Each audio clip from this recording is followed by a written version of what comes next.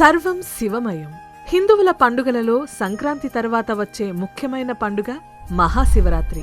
ప్రతి మాసంలో అమావాస్య ముందు రోజు వచ్చే చతుర్దశి రోజును మనం మాస శివరాత్రిగా జరుపుకుంటాం. అయితే మాఘమాసంలో అమావాస్యకు ముందు వచ్చే చతుర్దశిని మనం మహాశివరాత్రిగా జరుపుకుంటాం. శివపురాణం ప్రకారం మహాశివుడు ఈ రోజే లింగాకారంగా ఆవిర్భవించినట్లుగా తెలుస్తోంది. ఈ వీడియోలో అసలు మహాశివరాత్రి పండుగ ఎందుకు జరుపుకుంటాం, మహాశివరాత్రి విశిష్టత ఏంటి అనే వివరాలు తెలుసుకుందాం. మహాశివరాత్రి విశిష్టత: సాధారణంగా మనం ప్రతి పండుగను పగలు జరుపుకుంటే శివరాత్రి పండుగను మాత్రం రాత్రిపూట జరుపుకుంటాం. మామూలుగా అందరి దేవుళ్లను మనం విగ్రహ రూపంలో ఆరాధిస్తే శివుణ్ణి మాత్రం లింగాకారంలో పూజిస్తాం. శివలింగ ఆవిర్భావ ఘట్టం: మన పురాణాల్లో శివరాత్రి పండుగ గురించి, శివలింగ ఉద్భవం గురించి వర్ణించే అనేక కథలు మరియు ఇతిహాసాలు ఉన్నాయి.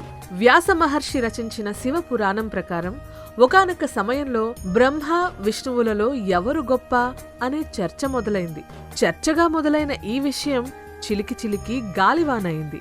ఎవరికి వారు తామే గొప్ప అంటూ కలహించుకోవడం మొదలుపెట్టారు. ఆ సమయంలో బ్రహ్మ విష్ణువుల యుద్ధం యొక్క తీవ్రతను చూసి ఇతర దేవతలు భయపడి శివుని మధ్యవర్తిత్వం చేయమని కోరారు.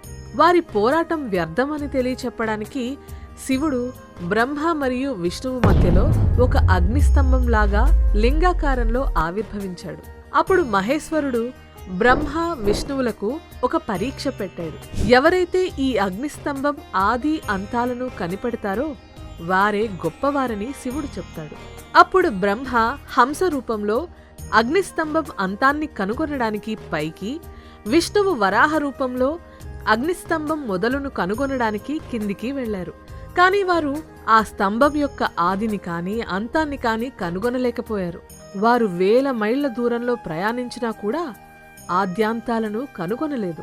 అంతటా బ్రహ్మ శివుని కనుగొనే మార్గంలో తనకు కనిపించిన కేతకీ పుష్పాన్ని, కామధేనువును, తాను ఆ స్తంభం యొక్క అంతాన్ని చూసినట్లుగా శివుని దగ్గర సాక్ష్యం చెప్పమని కోరాడు. తిరిగి వచ్చిన బ్రహ్మ తాను ఆ అగ్నిస్తంభం యొక్క అంతాన్ని చూశానని చెప్పగా విష్ణువు బ్రహ్మ గొప్పతనాన్ని గుర్తించి ఆయనకు షోడశోపచార పూజలు చేస్తాడు.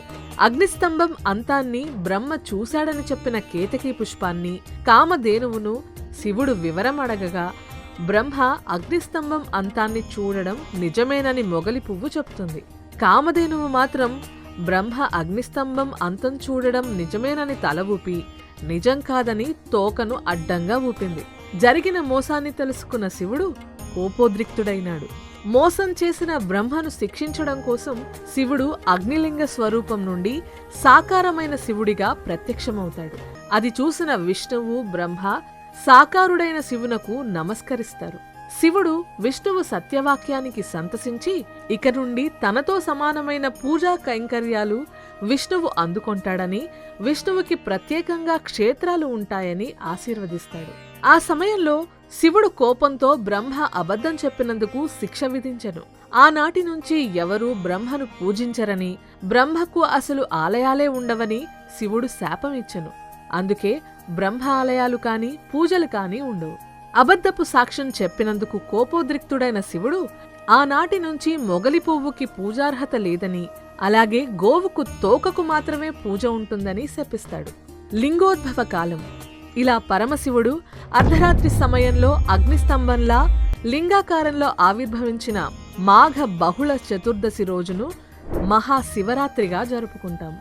ఆనాటి నుంచి పరమశివుని ఆద్యాంతరహితుడని పూజించసాగారు. అంటే ఆది కాని అంతం కాని లేని దేవుడని అర్థం. మహాశివరాత్రి రోజు ఈ లింగోద్భవ ఘట్టాన్ని విన్నవారికి, చదివిన వారికి శాశ్వత శివ సాయుధ్యం లభిస్తుందని శాస్త్రవచనం. భక్తులందరికీ మహాశివరాత్రి శుభాకాంక్షలు.